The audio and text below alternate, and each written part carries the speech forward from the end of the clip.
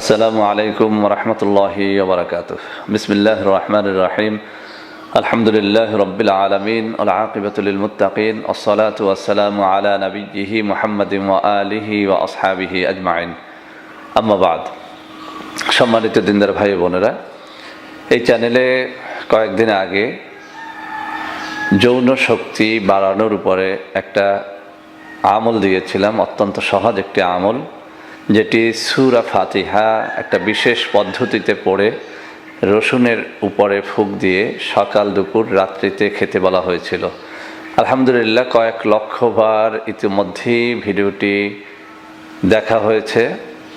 বহু বহু মানুষ এর আমল শুরু করেছেন, যদিও বিস্তারিতভাবে বলার পরেও অনেক অনেক নারী পুরুষ এই ভিডিওটির বিস্তারিত জানার জন্য আমাকে বারবার ফোন করছেন, যাতে এক কথায় বলতেই হবে যে আসলেই তাদের এই জবাব দিতে দিতে আজ আমি ক্লান্ত।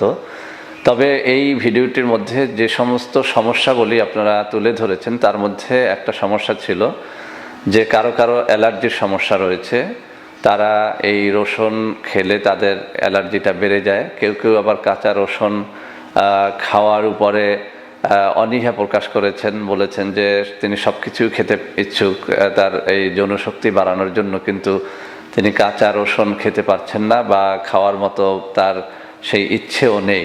তো অনেকেই রিকোয়েস্ট করেছেন যে হুজুর আসলেই এই বিষয়টির উপরে এমন একটা ভিডিও তৈরি করা উচিত যেটা সবাই আমল করতে পারে। এবং কিছু কিছু মা বোন আমাকে প্রশ্ন করেছেন যে হুজুর আপনার সেই রসুনের ভিডিওটি মূলত পুরুষদের কেন্দ্রিক ছিল, এটার মাধ্যমে অনেক পুরুষ উপকার লাভ করবে, কিন্তু এই যৌন রোগটি তো মেয়েদের মধ্যেও থাকে। তো এমন একটি ভিডিও দিন যে ভিডিওটি নারী এবং পুরুষ উভয়েরই একটা এই যৌন সমস্যার সমাধান ঘটাবে। তো বন্ধুরা আমার, এই বিষয়টির উপরে আমি বেশ কিছুদিন, প্রায় এক সপ্তাহ ধরে আমি পড়াশোনা করেছি। তারপরে আমি বিভিন্ন কিতাবে যে সমস্ত বিষয় পেয়েছি, সেখান থেকে আমি 3টি আমল আমি একত্র করেছি। আজকে সেখান থেকে একটি সুন্দর আমল আপনাদের সামনে উপস্থাপন করব। বন্ধুরা আমার, আরব দেশে সবচেয়ে বেশি যে খাবারটি আমরা দেখি বা যে ফলটি আমরা দেখি, সেটি হচ্ছে খেজুর। একদম প্রাচীন কাল থেকে মরুময় আরব দেশগুলোতে খেজুর খাওয়া হচ্ছে। আপনারা যারা হজ করেছেন বা বিভিন্ন মরুভূমি অঞ্চলে ভ্রমণ করেছেন, ইরাক, ইরান, পাকিস্তান, সৌদি আরব সহ, এই মরু অঞ্চলের একটা প্রধান খাদ্য হচ্ছে খেজুর।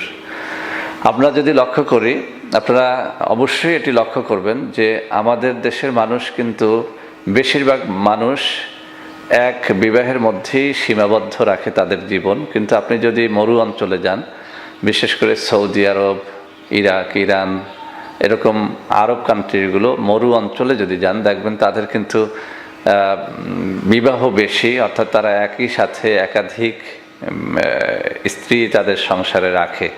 তো আমি এই কথার মাধ্যমে এটি প্রমাণ করতে চাই না যে সবাই একটির বেশি বিবাহ করুন, সেটা না। আমি প্রমাণ করতে চাচ্ছি যে দেখুন, খেজুর এমন একটি খাবার যে খাবারটি যেসব অঞ্চলের মানুষ খায় তারা যৌন জীবনে অত্যন্ত সুখী। এটি প্রমাণিত। আপনি দেখুন, যারা সৌদিতে হজ করতে গেছেন, দেখবেন অধিকাংশ মানুষের একাধিক স্ত্রী আছে এবং তারা যৌন জীবনে চরমভাবে তৃপ্ত এবং তারা যৌন জীবনটাকে খুব সুন্দরভাবে উপভোগ করে।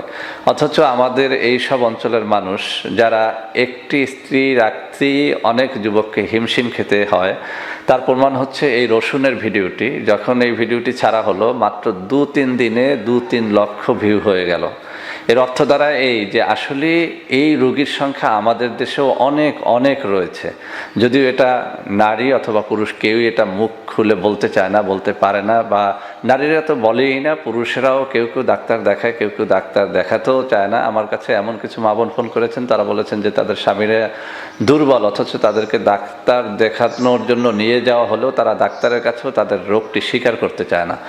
তো যাই হোক, আজকে যে আমলটি আমি দিব, সে আমলটি একাধারে নারী এবং পুরুষ তাদের উভয়ের জন্য অত্যন্ত চমৎকার একটি আমল, যার মাধ্যমে একজন নারী তার যৌন রোগগুলো দূর করতে পারে এবং পুরুষ তার যৌন ক্ষমতাকে অত্যন্তভাবে বৃদ্ধি করতে পারে। আপনারা যদি এই খেজুরের উপরে ইন্টারনেটে সার্চ দেন, আপনারা অনেক ভিডিও পাবেন এবং প্রত্যেকটা ভিডিওর মধ্যে কিন্তু একটা কথা আপনি পাবেন যে এই খেজুর আপনার যৌন শক্তিকে অত্যন্ত অত্যন্ত বৃদ্ধি করে। তো যাই হোক বন্ধুরা আমার, আরব দেশের অন্যতম একটা প্রধান খাদ্য হচ্ছে খেজুর।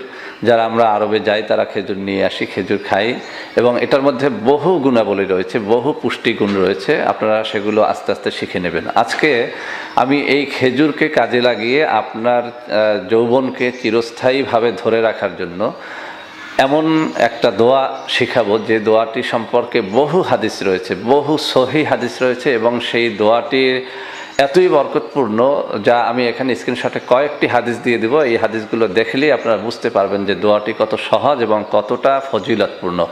বন্ধুরা আমার, দোয়াটি হচ্ছে পবিত্র কোরআনুল কারীমের প্রথম আয়াত, বিসমিল্লাহির রহমানির রহিম। এই বিসমিল্লাহ সম্পর্কে অগণিত হাদিস রয়েছে এবং সহিহ হাদিস রয়েছে। আমি ছোট্ট একটা হাদিস দিয়ে আমি শুরু করব। আল্লাহ রসুল সাল্লাল্লাহু আলাইহি ওয়াসাল্লাম বলেন, আল্লাহ রাব্বুল আলামিন তার ইজ্জত ও জালালিয়াতের কসম করে বলেছেন যে এই বিসমিল্লাহ যে দ্রব্যের উপরে পড়া হয়, যে জিনিসের উপরে পড়া হয়, সেই জিনিসের উপরে অবশ্যই আমি বরকত দিয়ে থাকি। সুবহানাল্লাহি ওয়া বিহামদিহি সুবহানাল্লাহিল আযীম। তো বন্ধুরা আমার, আরেকটি হাদিস আমি বলবো এই বিসমিল্লাহ সম্পর্কে, বিসমিল্লাহর ফজিলত সম্পর্কে। হযরত খালিদ ইবনে ওয়ালিদ, যার কথা আপনারা সবাই জানেন, মুসলিম মাত্র জানেন, যে ইসলামের একজন মহান বীর ছিলেন, যিনি তার জীবনে কোনো যুদ্ধে হারেননি। সেই খালিদ ইবনে ওয়ালিদ একটা যুদ্ধে গমন করলেন। কুফরি শক্তি, তার ঈমানি তেজ, তার এই ইসলামকে পরীক্ষা করার জন্য তাকে বিষ ভর্তি একটা বোতল দিয়েছিল এবং তাকে পান করতে বলা হয়েছিল। তিনি তাদের সামনে বিসমিল্লাহির রহমানির রহিম বলে বিষের ভিতর ফুঁক দিয়ে বিষ পান করেছিলেন। সাথে সাথে এই বিষ পানিতে রূপান্তরিত হয়ে গেছিল, অর্থাৎ তার কোনো ক্ষতি এই বিষ করতে পারেনি। সুবহানাল্লাহি ওয়া বিহামদিহি সুবহানাল্লাহিল আযীম। একজন রোম সম্রাটের কথা হাদিস শরীফের মধ্যে উল্লেখ রয়েছে। একজন রোম সম্রাট হযরত ওমর রাদিয়াল্লাহু তাআলা আনহুকে তার তীব্র মাথা ব্যথার কথা জানিয়ে তার চিকিৎসা করতে বলেছিলেন। হযরত ওমর রাদিয়াল্লাহু তাআলা আনহু তাকে একটা টুপি প্রেরণ করেছিলেন, এটি হাদিসে রয়েছে।